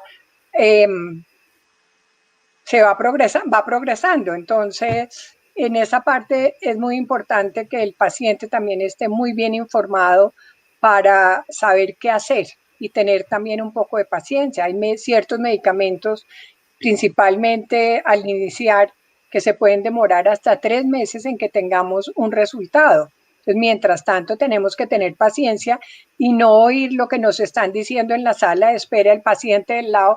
Mire, es que yo me tomé tal cosa, yo me tomé tal otra, el vecino, todo el mundo, esto es la cura, esto es no sé qué. Entonces, en esa parte debemos tener paciencia y conocer al médico. Realmente tener confianza en que lo que nos van a recetar es lo que debe ser, que es lo que nos sirve. Tal cual, es así. El tema de que también por parte del paciente el tener paciencia al principio es muy difícil. ¿Por qué? Porque uno no está acostumbrado a tener un problema crónico. Uno, por ejemplo, estamos acostumbrados a lo que son las faringitis y esas cosas que 7 días de antibiótico y se va. Entonces, ahí hay que saber entender y tener paciencia es muy difícil. Y ahí juega también un poco el rol del médico con empatía para hacer esto. ¿Qué le podemos recomendar a los diferentes actores de todo esto, ¿no? Le podemos recomendar definir y explicar el problema de salud de los médicos, presentar opciones, discutir entre los dos los pros y los contras. Si vos tenés dudas de algún medicamento, preguntáselo a tu médico. ¿Qué es el metotrexate? ¿Cómo se da? ¿Por qué se da? ¿Puede fallar este tratamiento? ¿Cuánto tiempo tengo que esperar? ¿Qué hacemos en el mientras tanto? Esas son cosas muy importantes. Aclarar los valores y preferencias del paciente también es muy importante. Discutir la capacidad del paciente. Y acá en capacidad es la capacidad de tomar decisiones. Saber cuándo el paciente puede empezar a tomar las decisiones por sí mismo. Y eso nosotros como médicos tenemos que ir acompañando para que ese paciente tome esas decisiones. Nosotros le tenemos que presentar el conocimiento existente, hay que revisar y eventualmente mejorar la comprensión del paciente, y eso es muy importante recalcar 2 o 3 veces, preguntar siempre 2 o 3 veces para estar seguro. Y tomar una decisión o aplazarla, pero no dejar abordar la decisión del paciente, decirle, bueno, vamos con esto. Y es como un acuerdo. O esperemos un poquito, esperemos un par de meses en común acuerdo, pero siempre con el compromiso de ambos. Eso es una de las cosas más importantes. Bueno, vamos a ver de vuelta cómo están por ahí. Esta foto me encantó. Están ahí, divino. No se olviden. Entremos de vuelta. Es un niño divino. Entremos de vuelta a esa página, menti.com. Pongamos el código y nos dejan estas 3 palabras. A ver, ¿cómo vamos? ¿Cómo decís vos cuál será la palabra que más nos recomiendan las personas de Latinoamérica? ¿Qué decís vos, María Mercedes? A ver, veamos esto. Fuerza, esperanza, aceptación, paciencia. Ahí salió paciencia, ¿vieron? Ahora le va a salir. Positivismo, empatía. Entren a esta página www.menti.com, usen este código 3898594. ¿Qué me decís de esto, María Mercedes?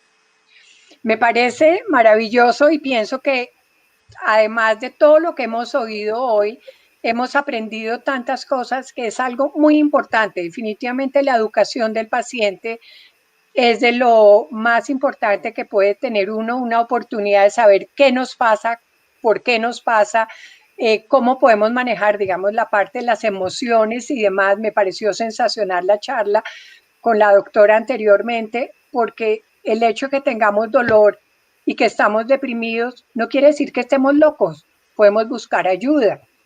Aquí en Colombia tenemos la ventaja, en ciertos sitios hay IPS especializadas en artritis reumatoide, en la cual hay atención integral. Entonces tenemos, además del reumatólogo, podemos tener fisiatra, fisioterapeuta, nutricionista, terapista ocupacional, donde realmente se ve la persona como un todo, porque nos tenemos que cuidar, pues nuestro estado anímico nos puede mandar también donde el psicólogo, pero la nutricionista es importantísima. Nosotros tenemos que cuidar nuestro peso. Si tenemos un sobrepeso, nuestras pobres articulaciones van a sufrir sus consecuencias. Y no por la artritis, sino por el sobrepeso. Por el sobrepeso yo creo que no es bueno en ninguna patología ni en ninguna persona, pero en artritis pues nuestras pobres articulaciones sufren.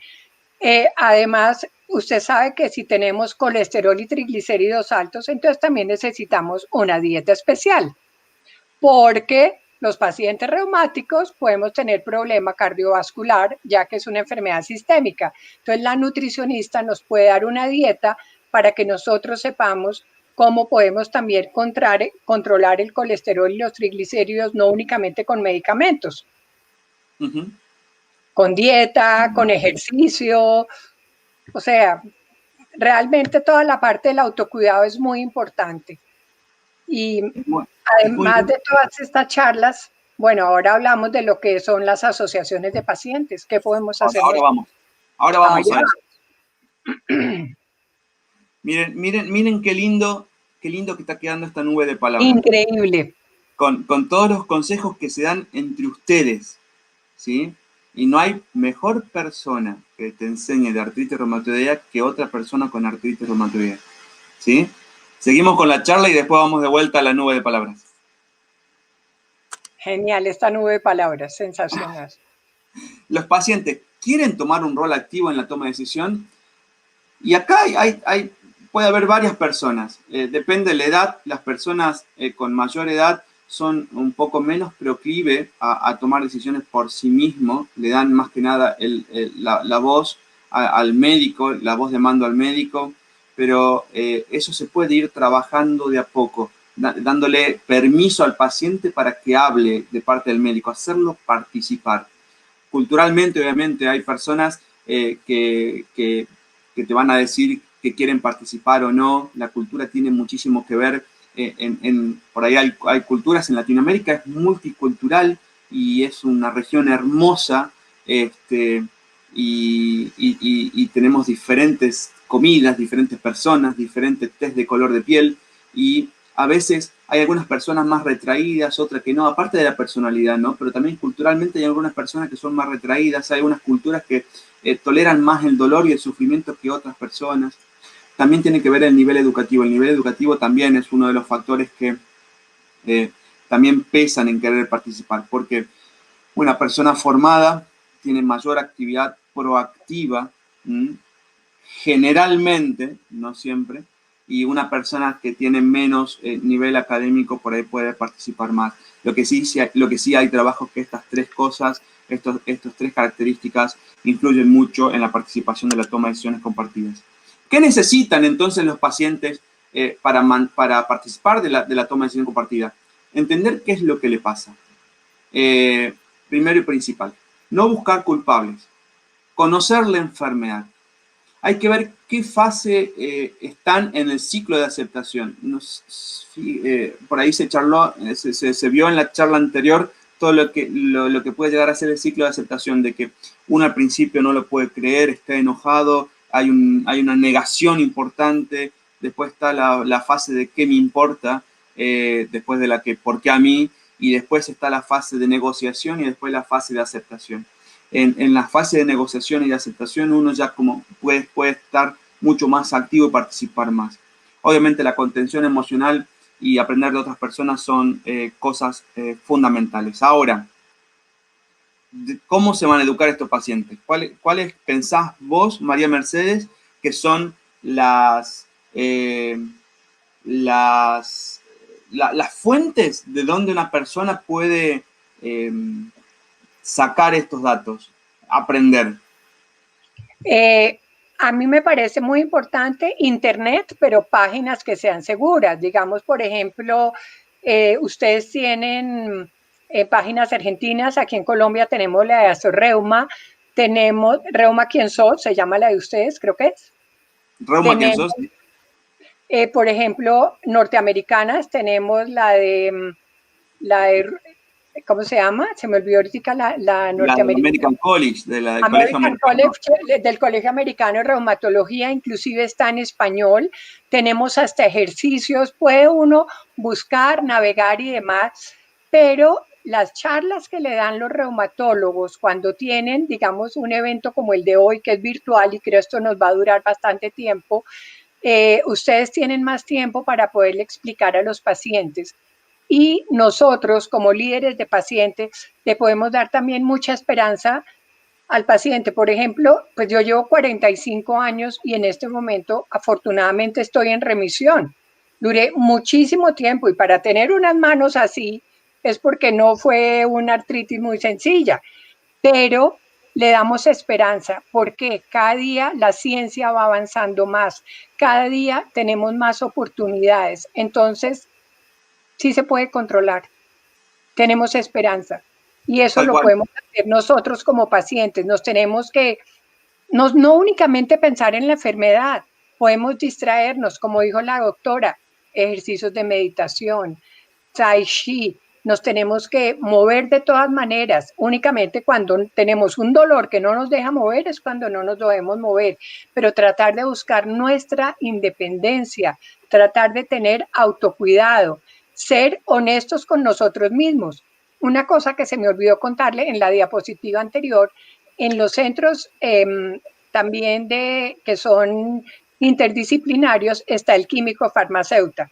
Muchas veces el paciente pasa consulta con el químico farmacéutico y ahí el químico sí descubre qué es lo que no se está tomando el paciente, porque le da pena decirle al médico que no se está tomando.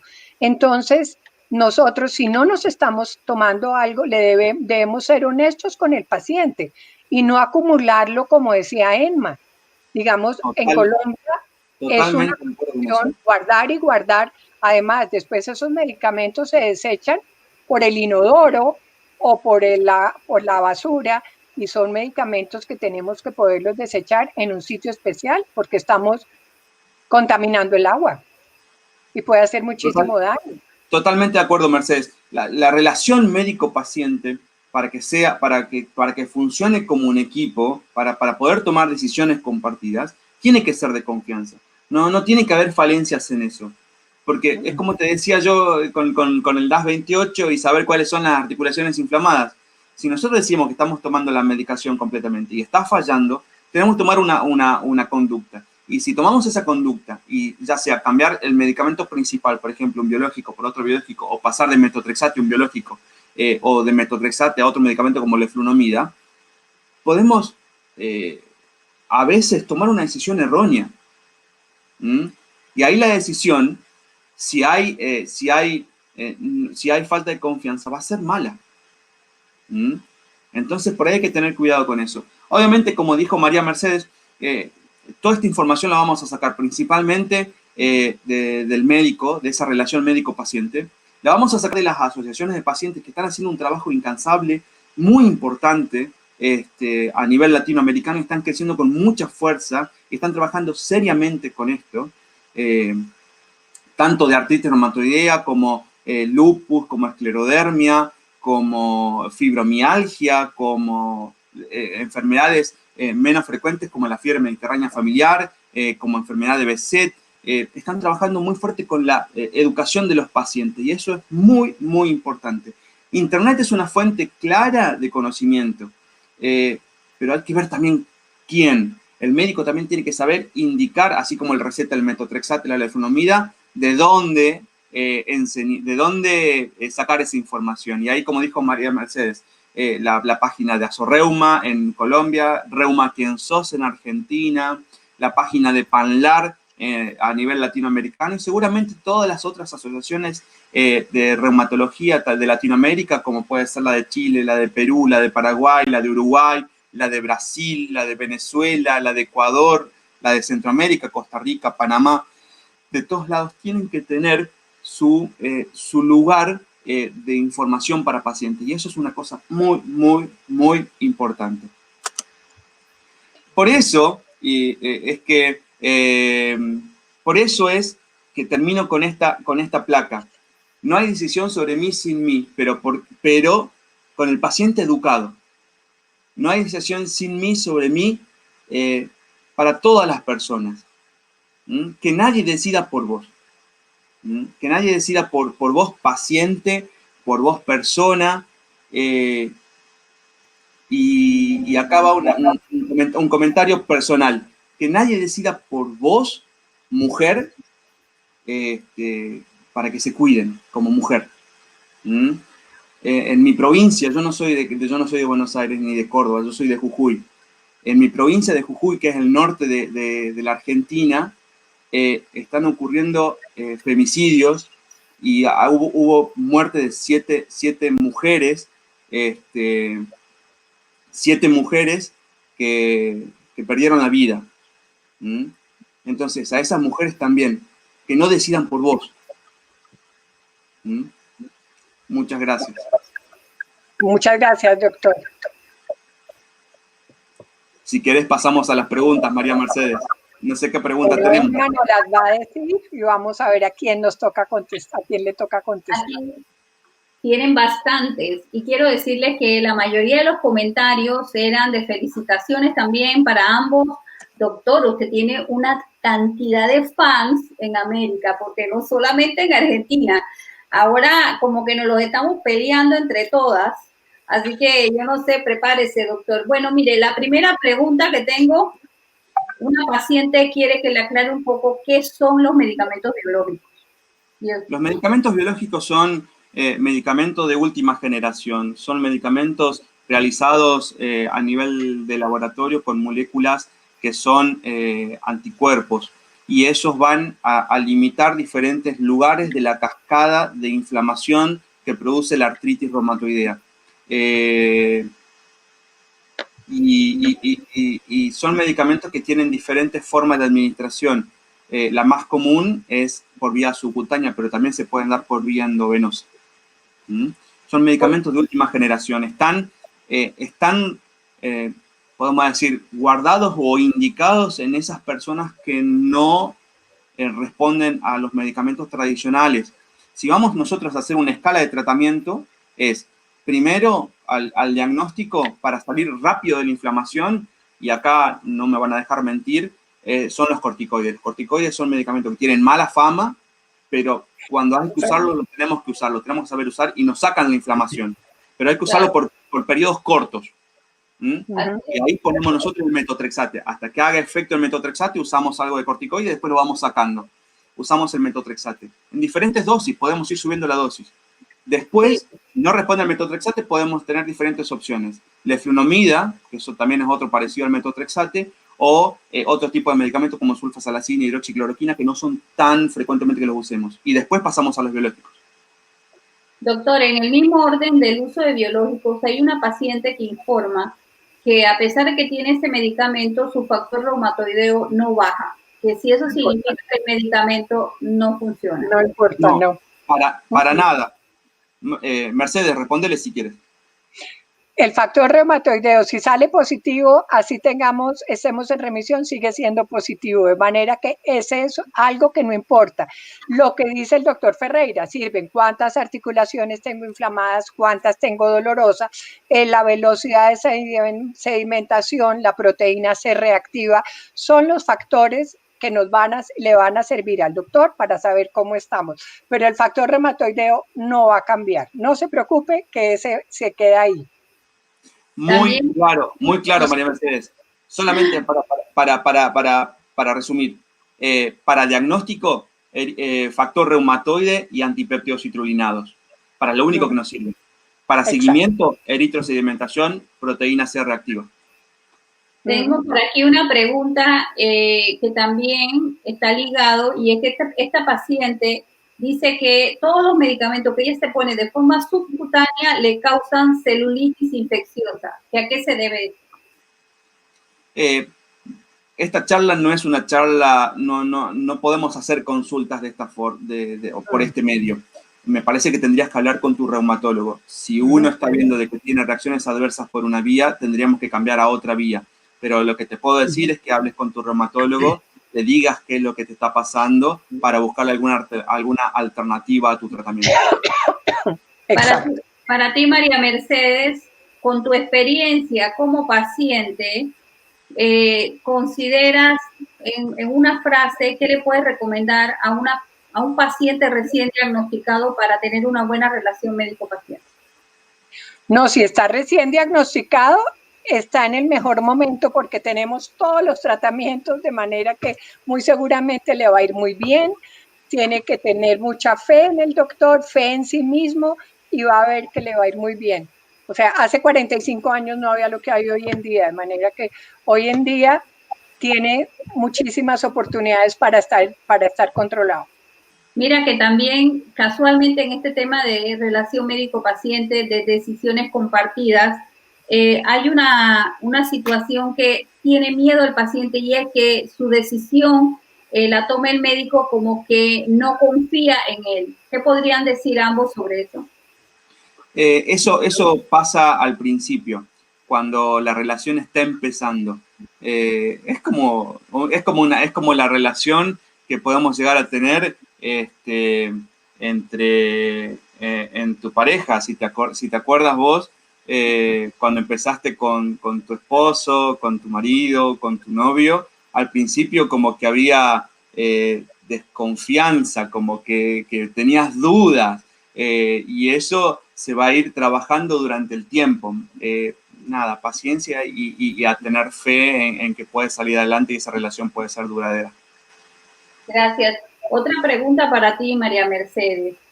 ¿Qué opinas de que el paciente lea mucho los insertos, las contraindicaciones, los efectos secundarios? ¿Qué opinas sobre eso? Bueno, eso tiene sus ventajas y sus desventajas.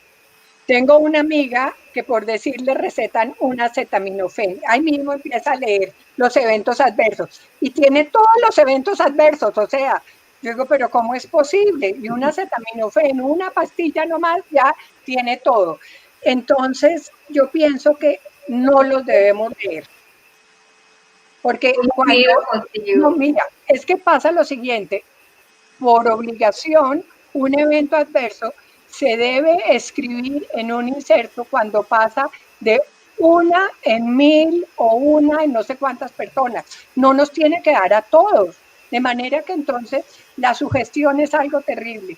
Tenemos que hacernos un lavado cerebral, como me dijo a mí el médico en Estados Unidos, con 4 gramos de aspirina que me estaba tomando y había tenido sangrado gástrico. Me dijo: María Mercedes, hágase un lavado cerebral, no va a volver a tener gastritis y va a ver que le va a ir muy bien, porque usted tiene una enfermedad para toda la vida y toda la vida va a tener que estar tomando medicamentos. Eso me lo dijo hace 44 años y no he vuelto a tener gastritis. Claro que con la aspirina sí tuve una anemia tremenda y me la tuvieron que suspender, pero realmente la mente es increíble lo que puede hacer. Yo no aconsejo leer los eventos adversos. Coincido. Tomar un papelito y anotar para cuando tenga la consulta con el doctor y decirle, y si es algo muy grave, ir a urgencias y llevar el medicamento que se está tomando. Eso es una cosa muy importante lo que dice María Mercedes. Creo que como médicos tenemos que ser capaces de decirle al paciente: mire, esto de anemia te va a pasar de 100 personas tratadas con el medicamento a 5 nada más. Entonces ahí es mucho más gráfico, no como leer el prospecto, que el prospecto te dice va a tener gastritis, pérdida de peso, náuseas, vómitos, mareo. Exacto. Te da todo te da. Y te doy una cosa: cuando escucho a estos pacientes que no cumplen con la terapia, que no son adherentes, a veces es porque se ponen a leer. A mí me ha tocado algún paciente que me dice, yo no me voy a tomar ese veneno, y yo le digo, por el veneno es que te va a controlar la enfermedad, así que decide, ¿verdad? Aquí también compran cosas que no tiene registro y se la toman, y eso sí que tienen eventos adversos más graves, ¿no? Claro. Aquí también nos hacen una pregunta, que si los estudiantes de medicina o los residentes que están, ¿verdad?, preparándose para una especialidad, se les habla de la empatía y de las decisiones compartidas, doctor. ¿Usted cree que ese lenguaje ya se está usando? Hasta el momento son pocas las universidades donde hablan de este tema.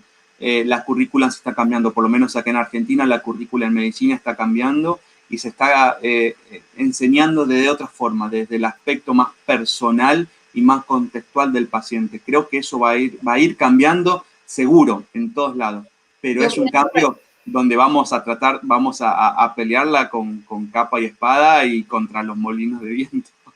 Bien. Yo también pienso que si trabajamos en conjunto médico-paciente, se va a lograr. También acá, esta pregunta creo que es muy de Argentina y usted me dirá si la va a poder contestar. Dice que ¿cómo logra que se le apruebe un examen de un espironograma que parece que solo se autoriza a menores de 18 años? No lo sé, eso es una pregunta muy personal, habría que hablar con su cobertura médica, médicos. ¿Una espirometría? Yo por lo menos se lo digo, porque así las personas que anotan saben que lo dije, pero yo me imaginé que eso no se iba a poder resolver. Igual me están preguntando que si usted conoce un medicamento que se llama apitoxina. La apitoxina es una terapia, la terapia de las abejas. De las picaduras de abejas. Las abejitas. ¿Usted sabe cuántas veces me han mandado a mí a que me piquen? Yo tengo más de 25 años de tener la enfermedad y hay un fenómeno, yo no sé si te pasa también, María Mercedes, que tú llegas a un sitio y estás pues ahí en la reunión conversando, sí, que yo tengo artritis reumatoide. Todo el mundo sabe cómo se cura. Exactamente, sí. La gente te dice, ya te untaste el aceite de caballo. ¿Cuál es el aceite de caballo? El que usan en el hipódromo. Lo ponen a las articulaciones y se le quitan los dolores a los caballos. Ajá. Sí, a mí me han recomendado aceite de caballo, me han recomendado la semilla de aguacate, ráyala, la echas en Bayroom, te sobas en la noche. Me han recomendado que me meta con las abejas, que me piquen y eso. Pero en realidad yo sí quiero decirle a los creyentes de eso que si tú crees, a mí me parece que lo que te cura es la fe. Porque yo en lo personal no confío en ninguna terapia que no sea el veneno que el médico me receta. Estos son los que me tienen bien. Pues yo vengo de familia de médicos y solo me tomo lo que me recetan los médicos. Hubo algunos casos de muerte descritos por apitoxina y por otros tratamientos. Claro, un choque anafiláctico. Hay que tener cuidado. Yo por lo menos no lo recomendaría. Por supuesto, y entonces aquí también hay una paciente que pasó por el COVID, pero ella siente ahora en su etapa después del COVID que se siente que la artritis está exacerbada. ¿Qué le puede decir, doctora, al respecto? Sobre el COVID estamos aprendiendo. Llevamos 9 meses de estar aprendiendo con lo que es el COVID. Estamos empezando a ver pacientes con enfermedades reumáticas que vivieron el COVID, lo pasaron y ahora están bien. Siempre hubo el mito de que los pacientes con enfermedades reumáticas inmunosuprimidos tenían peor pronóstico, pero están saliendo reportes, es más, salió uno últimamente desde PANLAR, de que nos habla de que el riesgo es igual a las personas sin inmunosupresión, salvo algunas cosas específicas, por ejemplo, los corticoides en 60 miligramos o dosis altas, pero también está descrito en todos los cuadros postvirales que hay un periodo largo en algunas personas que tarda en irse, ese dolor generalizado, ese desgano, esa fatiga que tarda en irse. Todavía no hay casos bastante descritos, pero bueno, hay una cosa que tenemos que seguir estudiándola. Definitivamente, y también, por ejemplo, no sé qué ha pasado en otros países, pero aquí en Panamá se abrió la clínica para las secuelas del COVID. O sea, hay gente que no tenía ningún tipo de enfermedad y le ha dejado secuelas de otro tipo, también más severas, que posiblemente la paciente, la exacerbación también, porque te mandan a suspender algunos medicamentos. Sí, tal cual. Acá en Argentina también está pasando lo mismo. Están abriendo dentro de los hospitales lugares específicos para el tratamiento post-COVID o qué secuelas va a ir dejando, más que nada neumonológicas y cardíacas. Sí. También nos preguntan cómo contrarrestar los efectos secundarios del metotrexato. Esa es una pregunta linda. María Mercedes. Bueno, a mí me pasó cuando me recetaron el metotrexato, eran 6 pastillas. Cometí la burrada tan grande que me las tomé todas de un tacazo. Oh my God. Lógicamente fue terrible. Lo primero que hice fue que llamé a mi hermano reumatólogo, me dice, usted siendo enfermera, ¿cómo se le ocurre hacer eso? Tómese 2 al desayuno, 2 al almuerzo y 2 a la comida, con comida y tranquila, efectivamente. También hay personas a las que inclusive se los recomiendan en 2 días, ¿no? Semanalmente, y tomarnos el ácido folínico con juicio, pero pues no tomarnos la manotada de medicamentos. Ese día tomé ciclosporina, metotrexato, o sea, acaba de empezar un nuevo tratamiento con terapia combinada y eran como 15 pastillas. No, claro, casi me sentí picha y llamé a mi hermano. Me dice, pero es que ¿usted qué es lo que pasó? ¿Se le olvidó que usted es enfermera? Entonces, eso te iba a decir, mira todo lo que te pasó y tú eres enfermera. ¿Te puedes imaginar a un paciente? Nos ha ocurrido que el doctor le dice, se toma usted 4 en la mañana, 4 en la tarde, y él se lo toman toda la semana, 4 de la mañana, 4 de la tarde. Han habido intoxicaciones por eso mismo, por no haber entendido bien cómo se lo deben de tomar. Imagínate tú, enfermera. Y ahí es importante, ¿no? Cero alcohol, ni vinito, ni cerveza, ni nada. Doctor, qué pena. Si el paciente no entiende, que pregunte, repregunte y que el médico, si tiene alguna duda, que reasegure y reasegure. Sí, definitivamente lo que usted habla sobre la alfabetización en salud es un tema también muy de hoy día, que no necesariamente significa saber leer y escribir. Y entonces eso también nosotros como fundaciones de pacientes debemos hacer mucho énfasis en nuestras organizaciones para educar en temas tan simples y sencillos como saber interpretar las indicaciones en el uso de los medicamentos. Mira, la mayoría de todas las observaciones que hemos recibido han sido fabulosas, agradeciéndoles la claridad. Sobre todo, mira, si usted me pregunta cuál ha sido, digamos, lo más repetitivo de todo el que he escrito acá, y es que usted es un médico que lo explica todo con claridad. Yo lo único que quiero es dejarles de mi parte esto. ¿Puedo compartir pantalla? ¿Un segundo? Sí, usted está... Un segundo, porque que llegue yo indica que la charla... yo soy Sí, como sí, lo queremos clonar, doctor, lo necesitamos en toda Latinoamérica. ¿Están viendo la pantalla? No sé. Lo tenemos acá en Argentina, no sé. ¿Lo pueden ver a la pantalla ahí ustedes? Aquí está, la estamos viendo su presentación. Ahí están con la frase. ¿Se ven las palabras? Sí, doctor. Se ve. Bueno, eso se los dejo de regalo para que le saquen fotos y todo lo que ustedes quieran, porque eso se dicen ustedes a ustedes. Doctor, muchas gracias. Los felicito.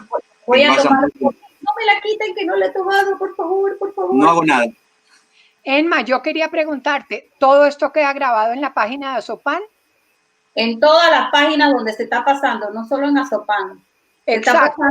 Eso es algo muy importante. Si lo queremos volver a oír, podemos entrar a la página y lo podemos volver a oír. Si alguien no tuvo internet, si no lo pudo oír, que tenía otra cosa, puede entrar y podemos seguir aprendiendo. Así doctor, es. Gracias. Un gusto haber participado. Muchas gracias, doctor. Dios los bendiga a ambos. Dios los bendiga a ambos. Cuídense mucho. Chao. Chao. Bien, bueno, me tocó